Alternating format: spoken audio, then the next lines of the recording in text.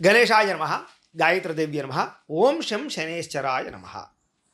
అయితే రాబోయేటటువంటి 27వ తారీఖున శని త్రయోదశి రాబోతోంది కదా. మరి ఈ అద్భుతమైన శని త్రయోదశిని ఏ రాశుల వారు వినియోగించుకోవాలి? ముఖ్యంగా ఏ రాశుల వారికి శని దోషం వల్ల ఇబ్బందులు పడుతున్నారు, లేదా అసలు మన జీవితంలో శని దోషం ఉంది అని ఎలా తెలుసుకోవాలి? ఈ శని త్రయోదశి రోజున మనం ఏ పరిహారాలు చేసుకోవడం వల్ల సంపూర్తిగా శని దోషం తొలగడమే కాదు, భవిష్యత్తులో కూడా శని అనుగ్రహం కలిగి మన జీవితంలో సకలైశ్వర్య భోగభాగ్యాలు అనుభవిస్తాము అనే విషయాన్ని మనం ప్రత్యేకంగా తెలుసుకునే ప్రయత్నం చేద్దాం. ఎందుకంటే ఈ వీడియో చాలా చాలా ముఖ్యమైన వీడియో. ఎందుకంటే అస్తమాటు ఇలాంటి జ్యేష్ఠ శని త్రయోదశి రాదు. జ్యేష్ఠ మాసం అంటే శనీశ్వరుడికి చాలా ఇష్టం. ఎందుకంటే ఆయన కూడా జ్యేష్ఠ మాసంలో అమావాస్య రోజు పుట్టాడు కాబట్టి ఇంత అద్భుతమైనటువంటి శని త్రయోదశి రోజున ఎవరైతే వినియోగించుకుంటారో వాళ్ళు చాలా అదృష్టవంతులని చెప్పచ్చు. కాబట్టి ఎవరూ కూడా ఈ వీడియోని మాత్రం మిస్ కాకుండా చూడే ప్రయత్నం చేయండి. మంచి ఇన్ఫర్మేషన్ మీకు రాబోతుంది. అయితే సాధారణంగా కుంభరాశి వారికి, మీనరాశి వారికి, మేషరాశి వారికి ఏలినాటి శని నడుస్తుందో మనకు తెలుసు. వాళ్ళు ఆల్రెడీ ఎంత అనుభవించాలో అంత అనుభవిస్తున్నారు, ప్రత్యేకంగా మనం చెప్పక్కర్లేదు. ఇక సింహరాశి వారికి చూసుకుంటే అష్టమ శని. వాళ్ళు కూడా మానసికంగా ఎంత క్షోభ అనుభవిస్తున్నారో, ఆరోగ్యపరంగా ఎన్ని ఇబ్బందులు పడుతున్నారు, కుటుంబ సమస్యలతో బాధపడుతున్నారో తెలుసు. ఇక ధనుస్సు రాశి వారి గురించి చూసుకుంటే వాళ్ళకి అర్ధాష్టమ శని ఇంకా తీవ్ర ప్రభావం. మిగతా రాశుల వారన్నీ ఎన్ని సమస్యలు అనుభవిస్తున్నారు, వీళ్ళు ఒక్కరు అన్ని సమస్యలు అనుభవిస్తున్నారు. అంతేకాదు జాతకంలో శని మహర్దశ నడుస్తూ ఉండే వాళ్ళకి కూడా ఈ ప్రభావం ఉంటూ ఉంటుంది. ముఖ్యంగా 5 రాశుల వారికి మాత్రం తీవ్రంగా ప్రభావం ఉందని మనకు తెలుసు. దీనివల్ల ఎలాంటి సమస్యలు అనుభవిస్తున్నారు?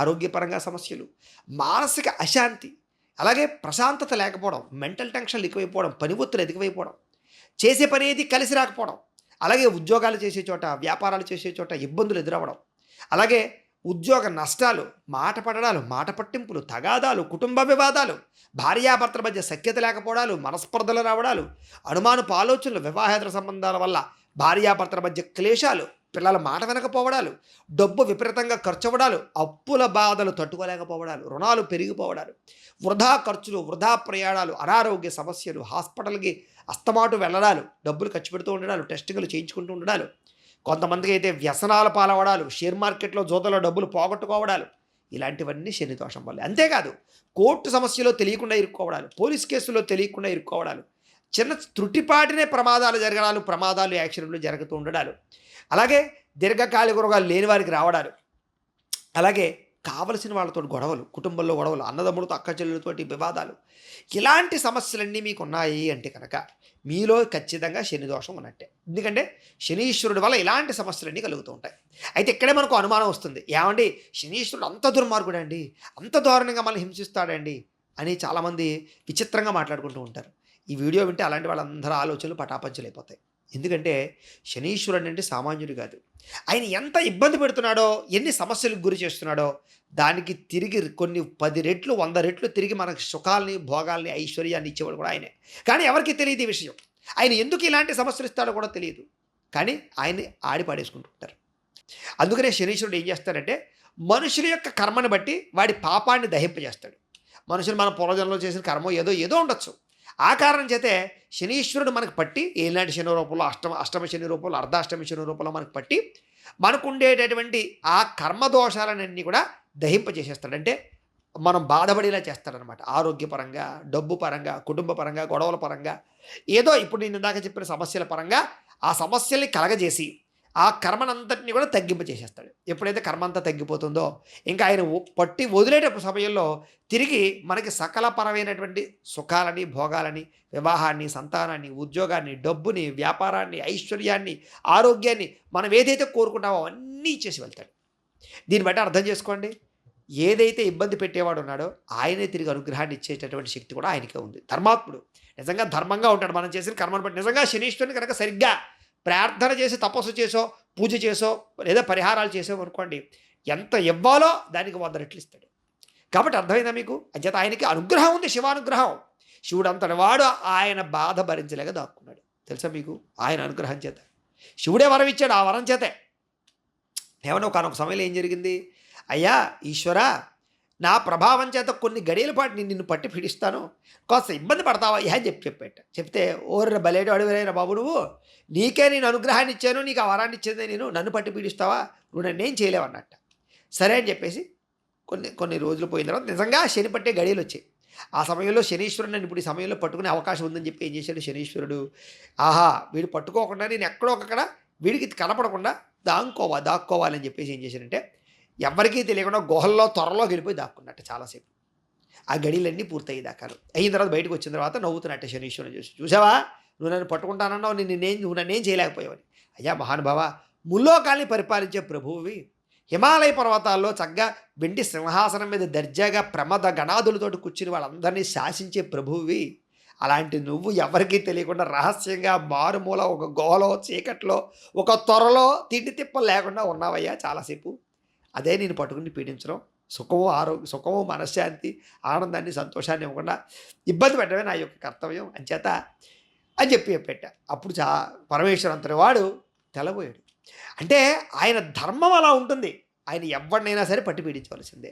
ఆ సమయం వచ్చేసరికి అంతెందుకు నలమహారాజు అంతటి వాడండి, ఒంటి మీద గొడ్డమొక్క లేకుండా పోయింది చూసారు ఆయనకి, అంత ఐశ్వర్యం అనుభవించారు. అది ఎల్లడి శని వల్లే. అంటే నేను చెప్పదలుచుకుంది ఏమిటంటే కనుక, శని అంతలా ఇబ్బంది పెడతాడు కాబట్టి ఆయన దోషం పోగొట్టుకోవడం చాలా చాలా ముఖ్యం మన జీవితంలో. అందుకనే ఈ రాబోయే శని త్రయోదశి చాలా ముఖ్యమని చెప్తున్నాడు.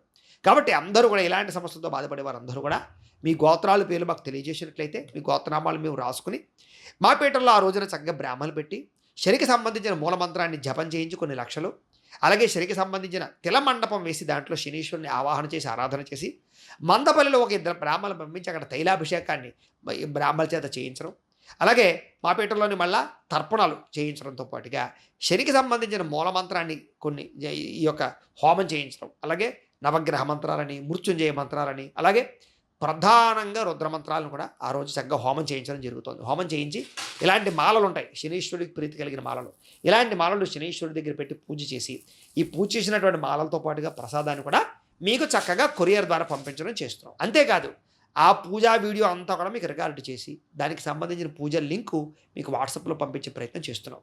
కాబట్టి చక్కగా ఈ కార్యక్రమంలో ప్రతి ఒక్కరూ ఖచ్చితంగా పాల్గొనండి. మంచి అవకాశం సద్వినియోగపరచుకోండి. పాల్గొనాలనుకున్న ఉద్దేశం ఉన్నవారు వీటికి అయ్యే రుసుము 2000 రూపాయలు మాత్రమే.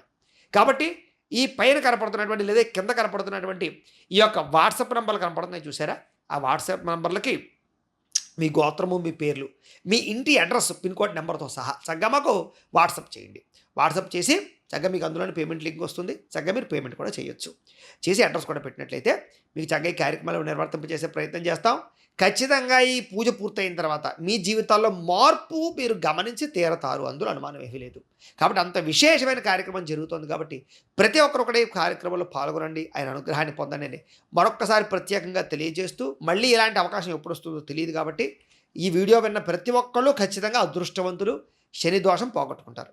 కాబట్టి చక్కగా ఇప్పుడు మీకు స్క్రీన్ మీద కనపడుతున్నటువంటి శనీశ్వరు కనపడుతున్నారు చూసారా, ఈయన కూడా ఒకసారి ఏంటంటే ఓం శం శనేశ్వరాయ నమః అని నమస్కారం చేసుకోండి దానికి. ఎందుకంటే ముందర ఆయన అనుగ్రహం లేకపోతే అసలు మనం ఇలాంటి పరిహారాలు కూడా చేసుకోలేము. కాబట్టి ఒక్కసారి ఆయనకి నమస్కారం చేసుకుని ఇక్కడ కనపడుతున్న లైక్ బటన్ కొట్టి కింద కామెంట్లో కూడా ఒక్కసారి ఏం చేస్తారంటే ఓం శం శనేశ్వరాయ నమః అని కామెంట్ పెట్టండి. ఎందుకంటే ఒక్కసారి ఆ నామాన్ని వ్రాయడం వల్ల కూడా మనకు చూడండి రామకోట రాస్తే ఎంత ఫలితమో అలాగే ఏదైనా ఒక నామాన్ని రాయడం వల్ల కూడా 100 రెట్లు ఫలితం. అందుకని ఒక్కసారి కామెంట్లో ఓం శం శనేశ్వరాయ నమః అని కామెంట్ రాయండి. తద్వారా కూడా కొంత శని అనుగ్రహం కలుగుతుంది ఇమీడియట్లీగా. ఎందుకంటే అసలు ఆయన అనుగ్రహాలను ఏందే మనం శని దోషం కూడా పోగొట్టుకోలేము. కాబట్టి ఆ దోషం పోగొట్టాలంటే కనుక కాస్త ఒక్కసారి లైక్ చేసి కామెంట్ పెట్టే ప్రయత్నం చేయడానికి మరొకసారి తెలియజేస్తూ, అలాగే రాబోయే రోజుల్లో మరొక మంచి వీడియోలో మనం కలుసుకునే ప్రయత్నం చేద్దాం. మీ అందరికీ శని దోషం సంపూర్తిగా తొలగాలి అని ఆ ఈశ్వరుని శనీశ్వరుని ప్రార్థన చేస్తూ స్వస్తి.